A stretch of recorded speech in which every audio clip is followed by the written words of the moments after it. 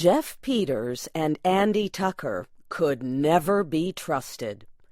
One day, the two men decided to open a marriage business to make some quick and easy money.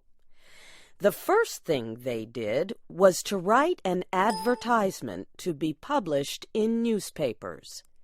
Their advertisement read like this: "A charming widow, beautiful and home-loving, would like to remarry. She is only 32 years old. She has $3,000 in cash and owns valuable property in the country. She would like a poor man with a loving heart. No objection to an older man or to one who is not good-looking.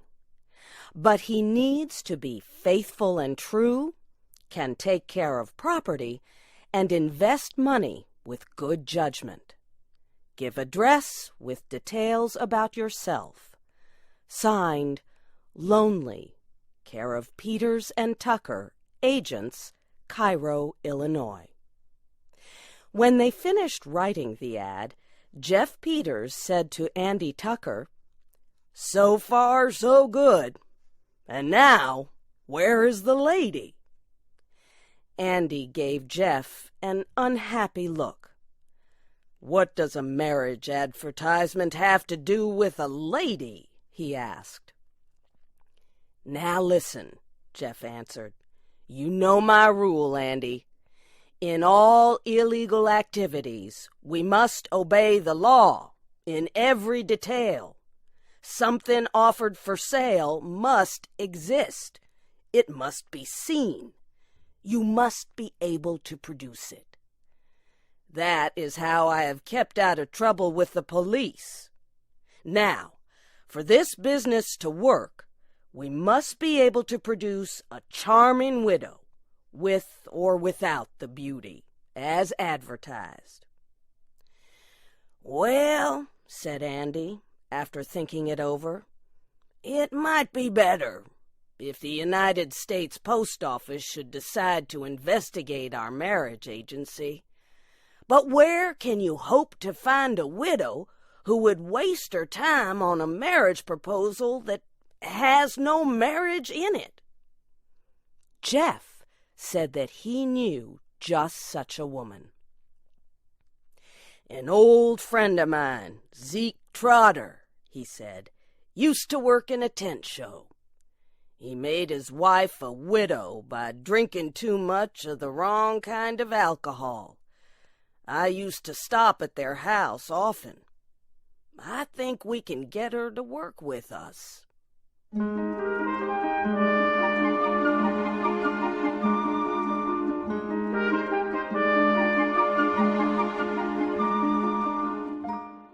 Mrs. Zeke Trotter lived in a small town not far away.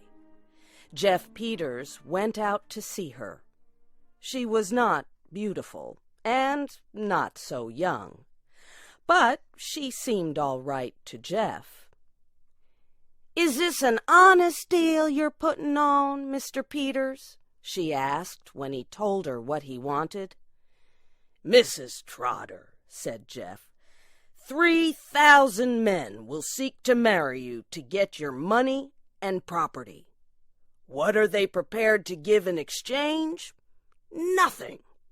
Nothing but the bones of a lazy, dishonest, good-for-nothing fortune-seeker. We will teach them something. This will be a great moral campaign. Does that satisfy you?"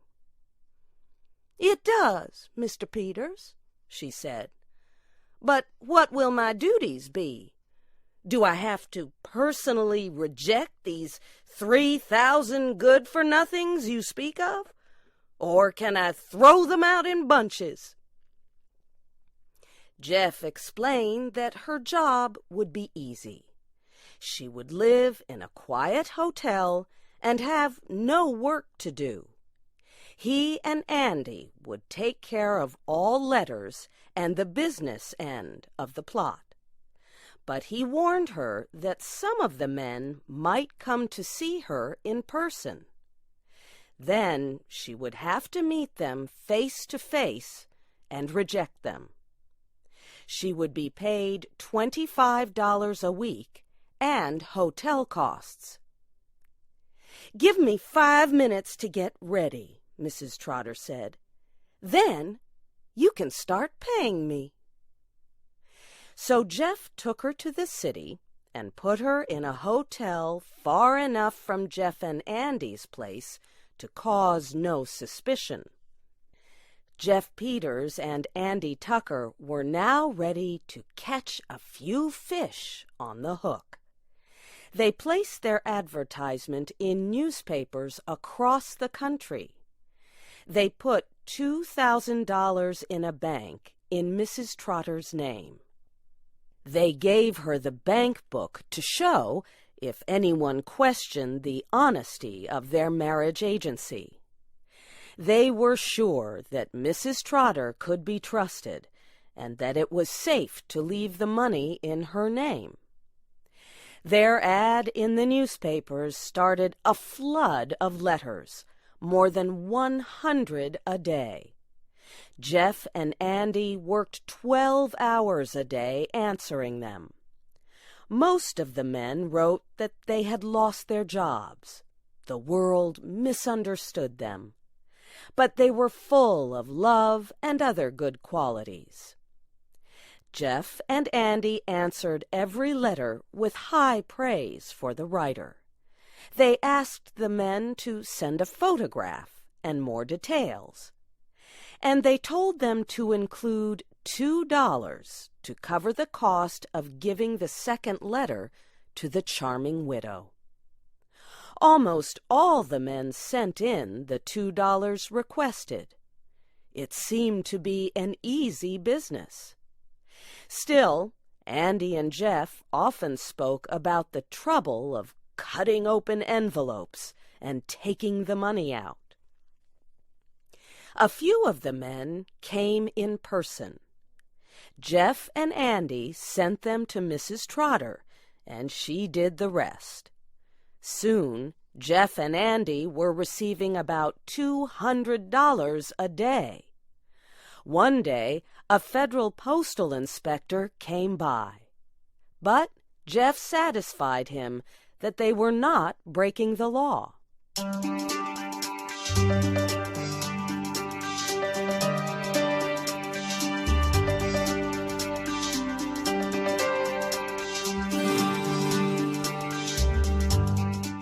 After about 3 months, Jeff and Andy had collected more than $5,000, and they decided it was time to stop. Some people were beginning to question their honesty, and Mrs. Trotter seemed to have grown tired of her job. Too many men had come to see her, and she did not like that. Jeff went to Mrs. Trotter's hotel to pay her what she was owed and to say goodbye. He also wanted her to repay the $2,000 that was put into her bank account. When Jeff walked into the room, she was crying, like a child who did not want to go to school. Now, he said, "what's it all about? Somebody hurt you? Are you getting homesick?" "No, Mr. Peters," she said. "I'll tell you. You were always a good friend of my husband, Zeke. Mr. Peters, I am in love. I just love a man so hard I can't bear not to get him. He's just the kind I've always had in mind." "Then take him," said Jeff. "Does he feel the same way about you?" "He does," Mrs. Trotter answered. "But there's a problem. He is one of the men who've been coming to see me in answer to your advertisement, and he will not marry me unless I give him the $2,000. His name is William Wilkinson." Jeff felt sorry for her. He said he would be glad to let her give the $2,000 to Mr. Wilkinson so that she could be happy. But he said he had to talk to his partner about it. Jeff returned to his hotel and discussed it with Andy. "I was expecting something like this," Andy said. "You can't trust a woman to stick with you in any plan that involves her emotions." Jeff said it was a sad thing to think that they were the cause of the breaking of a woman's heart. Andy agreed with him. "I'll tell you what I'm willing to do," said Andy. "Jeff, you have always been a man of a soft and generous heart. Perhaps I've been too hard and worldly and suspicious. For once, I will meet you halfway. Go to Mrs. Trotter. Tell her to take the $2,000 out of the bank and give it to this Wilkinson fellow, and be happy." Jeff shook Andy's hand for a long time. Then he went back to Mrs. Trotter. She cried as hard for joy as she had done for sorrow.